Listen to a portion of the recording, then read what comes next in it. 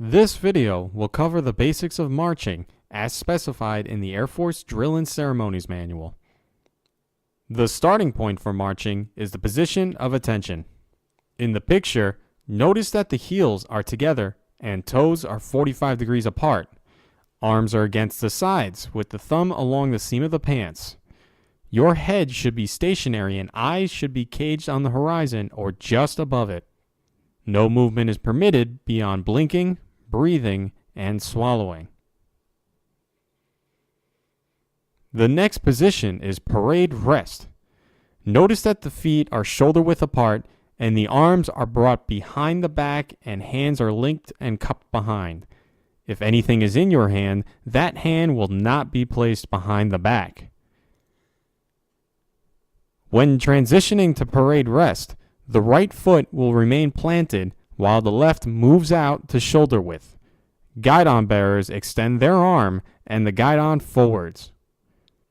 Moving back to the position of attention is the reverse action. Present arms is the command to call a salute.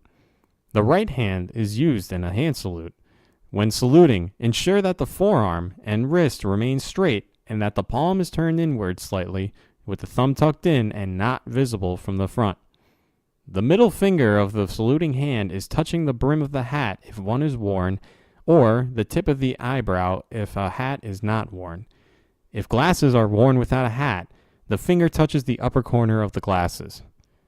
When bringing up or dropping the salute, the hand should trace the center of your chest.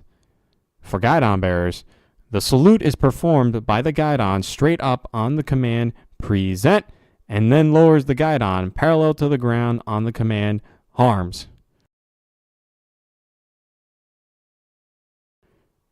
On the command order, the guidon bearer raises the guidon and then lowers on the command arms. The hand salute is lowered on the command arms.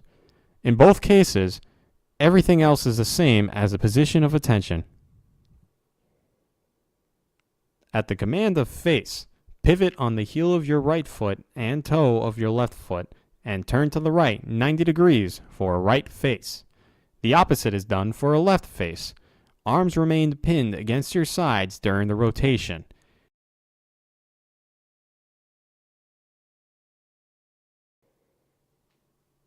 On the command of face, bring the right foot behind the left foot with the toe on the ground and the foot at a 45-degree angle to the left.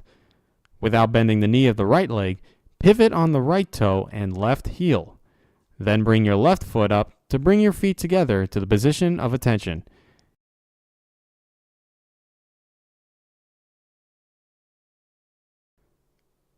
Here is a group of cadets executing facing movements. Pay attention to the timing of the commands, the guidon bearer, and the voice inflection of the flight commander. Right, peace. Left, peace. About, peace. About, peace. Line formation will be the formation of the flight when the flight is first fallen in. The flight falls in centered off the flight commander and to the guidon bearer's left. On the command to fall in, the flight will fall in centered off the flight commander 3 paces away. The guidon bearer will always be positioned in the first element all the way to the right with no one behind them. The rest of the elements will be spaced out approximately 40 inches from the person to the right of them and in front of them. On the command, at close intervals, dress right, dress. All cadets except the ones at the furthest left will put their hands on their hips. Then, all cadets except the ones furthest right will look 45 degrees left and shuffle until they are next to another cadet's elbow. On the command, ready, front, cadets will return to the position of attention. This is the exact same procedure as close intervals, except on the command, at double intervals, dress right, dress, all cadets will extend both of their arms outwards. If there is not a cadet on one side of you, you do not raise that arm for the command. Cadets will shuffle to the left into position. The procedures for dressing at normal intervals is the same, except that only the left arm is raised. The majority of your marching will be done in column formation. To enter column formation, simply execute a right face from line formation. When performing this movement, the guidon bearer will perform additional movements to place themselves in front of the right element.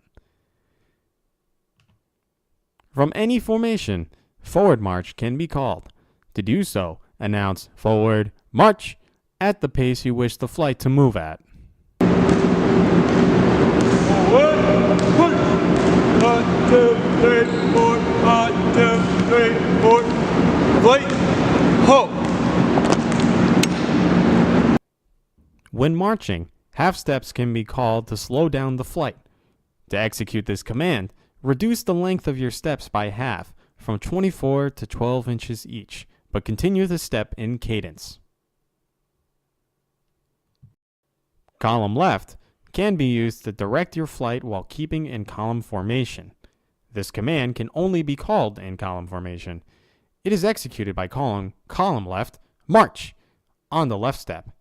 The leftmost element leader will immediately turn 90 degrees and begin marching in half steps, with those behind them executing on the spot where the element leader did. The middle element leader will turn 45 degrees, take 2 steps, turn another 45 degrees, and enter half steps. The rightmost element leader does the same thing except taking 4 steps instead of 2. After column left is called, the flight commander must call forward march to bring the flight back to quick time. Forward, push. Column left, push.